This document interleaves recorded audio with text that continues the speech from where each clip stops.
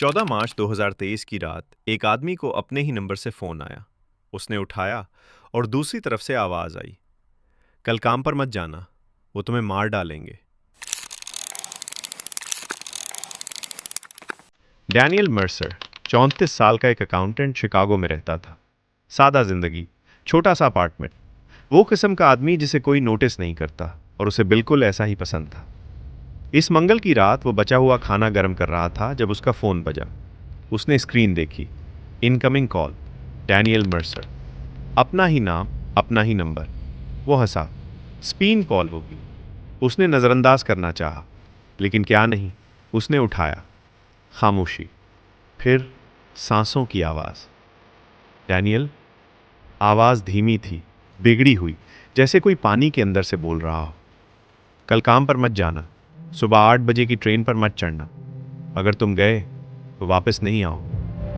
फिर line cut गई। Daniel अपने किचन में खड़ा रहा। खाना ठंडा हो रहा था। दिल उससे ज्यादा तेज धड़क रहा था जितना वो मानता। उसने खुद को समझाया, ये कुछ नहीं, मजाक होगा, कोई गड़बड़ होगी। वो सो गया, लेकिन रात 3 बजे उसकी आंख खुली। कुछ गलत था।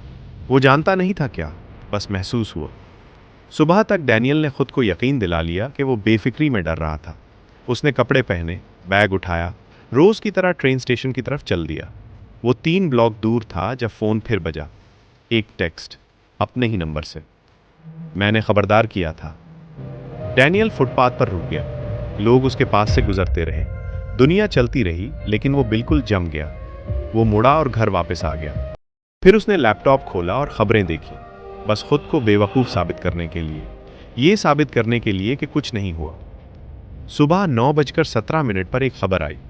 शिकागो डाउनटाउन ऑफिस बिल्डिंग में धमाका, 12 हलाक, दर्जनों जख्मी। वो इमारत, Mercer and associates financial services, उसका अपना दफ्तर।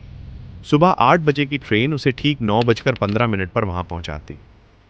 डैनियल ने फौरी पुलिस को नहीं बुलाया, क्योंकि कौन यकीन करता। अफसर साहब, मेरे अपने फ़ोन ने मुझे कॉल की और मेरी जान बचाई। उसने खुद ही मामला समझने की कोशिश की। उसने अपनी फ़ोन कंपनी को कॉल किया। उन्होंने कहा, इस नंबर से इसी नंबर पर कोई कॉल नहीं हुई, तकनीकी तौर पर नामुमकिन है। उसने एक दोस्त को कॉल किया जो साइबर सिक्योरिटी में काम करती थी। उसने कहा, नंबर स्पूफिंग होती है, कोई जाली कॉलर आईडी बना सकता है, लेकिन उसका खास नंबर, उसे खास तौर पर निशाना बनाना। उसके दफ्तर में बमबारी से एक रात पहले। वो आहिस्ता से बोली, डैनियल, किसी को पहले से पता था। तब खौफ ने एक और शक्ल इख्तियार की। कोई उसे देख रहा था, कोई जो उसे जिंदा देखना चाहता था। 3 दिन बाद एफबीआई ने उसका दरवाज़ा खटखटाया। वो धमाके के बारे में नहीं आए थे, वो डैनियल के बारे में आए थे। पता चला डैनियल की कंपनी सिर्फ अकाउंटिंग नहीं करती थी। उसके मालिकान बरसों से एक मुजरिमाना तंजीम के लिए काला धन साफ कर रहे थे। एफबीआई महीनों से तहकीकात कर रही थी। धमाका कोई हादसा नहीं था, ये एक कत्ल का मंसूबा था, सबूत मिटाने के लिए, उन सबको ख़त्म करने के लिए जो माली रिकॉर्ड तक पहुंच सकते थे। सबको, सिवाय डैनियल के, क्योंकि अंदर किसी ने यकीनी बनाया था कि डैनियल वहां ना हो। एजेंट ने एक तस्वीर मेज पर रखी। क्या तुम उस शख्स को पहचानते हो? डैनियल